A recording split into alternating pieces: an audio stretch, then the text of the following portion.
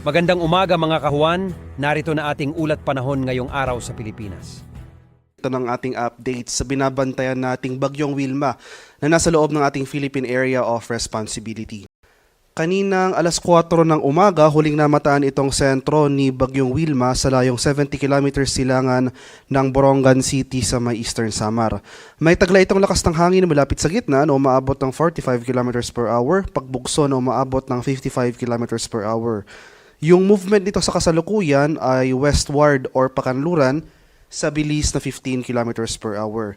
And makikita natin dito sa ating latest satellite images na dahil sa epekto ng shear line, so ito yung mga makakapal na kaulapan dito sa silangang bahagi ng Southern Luzon, as well as yung epekto ng Bagyong Wilma ay nakakaapekto dito sa malaking bahagi ng Eastern Visayas area. Samantala for Metro Manila and the rest of the country, magpapatuloy itong generally fair weather, bahagyang maulap hanggang sa maulap na papawirin. Nandiyan pa rin yung mga tsansa ng usual afternoon to evening na mga rain showers or thunderstorms. And ito yung ating latest track and intensity forecast para kay Bagyong Wilma.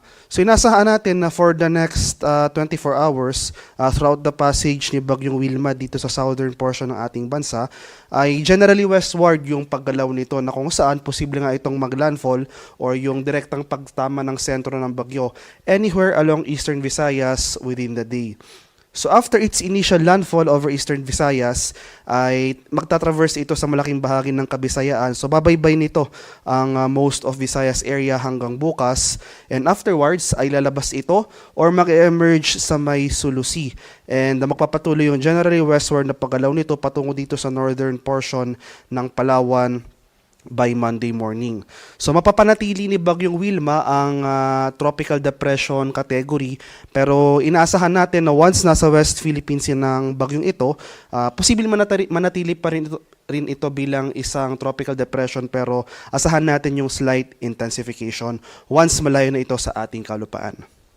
And as of 5 a.m. today, may nakataas pa rin tayong tropical cyclone wind signal sa ilang bahagi ng ating bansa.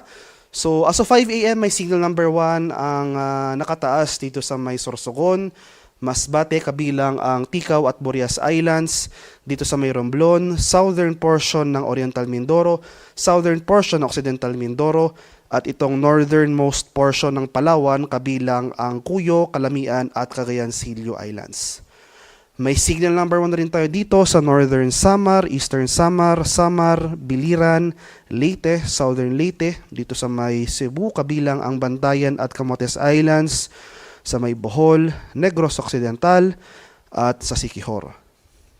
May signal number 1 na rin dito sa Northern and Central portions ng Negros Oriental, sa may Guimaras, Iloilo, Capiz, Aklan, Antique. May signal number 1 rin tayo dito sa portions ng Mindanao, sa may Surigao del Norte, kabilang ang Siargao at Bukas Grande Islands, Dinagat Islands, northern portion ng Surigao del Sur, northern portion ng Agusan del Norte, at dito sa bahagi ng Camiguin. Kaya sa mga nabanggit ko pong lugar, maghanda po tayo sa mga pagbugso ng malalakas na hangin na dulot ng papalapit na Bagyong Wilma, na kung saan posible nga itong maglandfall anywhere along Eastern Visayas within the day. Sa mga lugar naman na walang nakataas sa tropical cyclone wind signal dahil may kalakasan yung bugso ng ating northeast monsoon o hanging amihan, makaranas pa tayo ng pagbugso ng hangin sa malaking bahagi ng Luzon, Visayas, as well as portions ng Mindanao, particular na sa may Zamboanga Peninsula. Kaya posibleng magtaka po tayo, no? So bakit walang wind signal sa ating lugar pero malakas yung pagbugso ng ating hangin. So dahil po yan sa epekto nitong surge ng ating northeast monsoon. In terms naman ng heavy rainfall or malalakas sa pag-ulan dahil sa pinagsamang epekto ni Bagyong Wilma at ng ating shear line ay yung salubungan ng mainit at malamig na hangin, ito yung ating 24-hour rainfall forecast for today.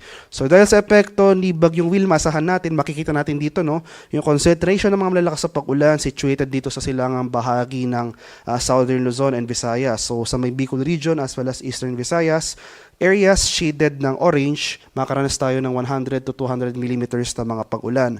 So ito po yung mga lugar na pinakamararanasan yung mga epekto ng malalakas sa pag-ulan na dulot ni Bagyong Wilma at nung ating shear line. So most of Bicol region, Eastern Visayas, pati na rin itong portions ng Western Visayas, Negros Island region, pati na rin itong area ng Central Visayas, portions rin ng Calabarzon, particular na sa may Quezon, Marinduque at Romblon. So for today, ito yung mga lugar na makakaranas ng significant na heavy rainfall.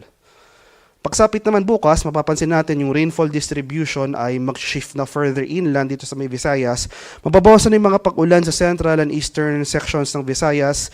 And dahil at this time, by tomorrow, ay binabaybay na ni Bagyong Wilma itong most of Visayas area. So after its initial landfall of eastern Visayas, by tomorrow, nandito na ang sentro ni Bagyong Wilma sa gitna ng Visayas.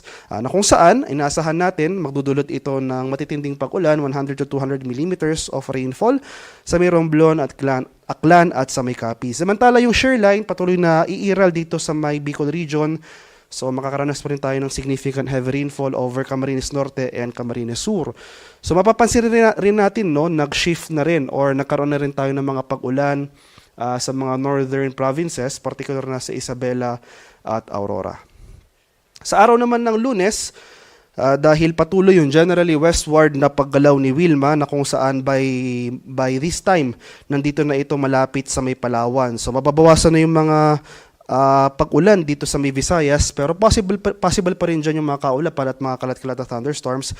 Pero yung distribution ng pag-ulan focus na mostly dito sa western section ng Southern Luzon. So Occidental Mindoro at Palawan, ito yung mga lugar na makakaranas ng mga malalakas sa pag-ulan na dulot ng tatawid na Bagyong Wilma. Samantala, mapapansin rin natin, no, ay mas dumami pa yung mga areas na makakaranas ng mga pag-ulan na dulot ng shoreline. So dahil sa epekto ng shoreline, asahan natin 50 to 100 mm sa pag-ulan dito sa may Cagayan, Isabela, Aurora, Quezon, Marinduque, at sa may Oriental Mindoro. Kaya sa mga nabanggit ko pong lugar, maghanda po tayo at maging alerto sa mga banta ng flooding at landslides dahil for the next 3 days ay malalakas at tuloy-tuloy pa rin yung mga pag-ulan na ating mararanasan. Sa kalagayan naman nating karagatan, as of 5 a.m. may nakataas pa rin tayong gale warning dito sa eastern seaboards ng Luzon at Visayas, particular dito sa northern coast ng Quezon, kabilang ang northern and eastern coasts ng Polillo Islands, dito sa may Camarines Norte, northern coast ng Camarines Sur. May gale warning rin tayo dito sa eastern coast ng Albay at sa eastern coast ng Sorsogon. Dito naman sa may Visayas, may gale warning rin tayo nakataas sa northern and eastern coasts ng Northern Samar at itong eastern coast ng Eastern Samar. May gale warning rin tayo dito sa eastern coast ng mainland Cagayan, Isabela at sa may Aurora. Kaya sa mga nabanggit ko pong lugar sa ating mga kababayang mangingisda at may mga maliliit na sasakyang pandagat, huwag po muna tayong pamalaot dahil makaranas tayo ng maalong karagatan na dulot ni Bagyong Wilma as well as yung malakas na surge o yung pagbugso ng ating northeast monsoon o yung malamig na hanging amihan.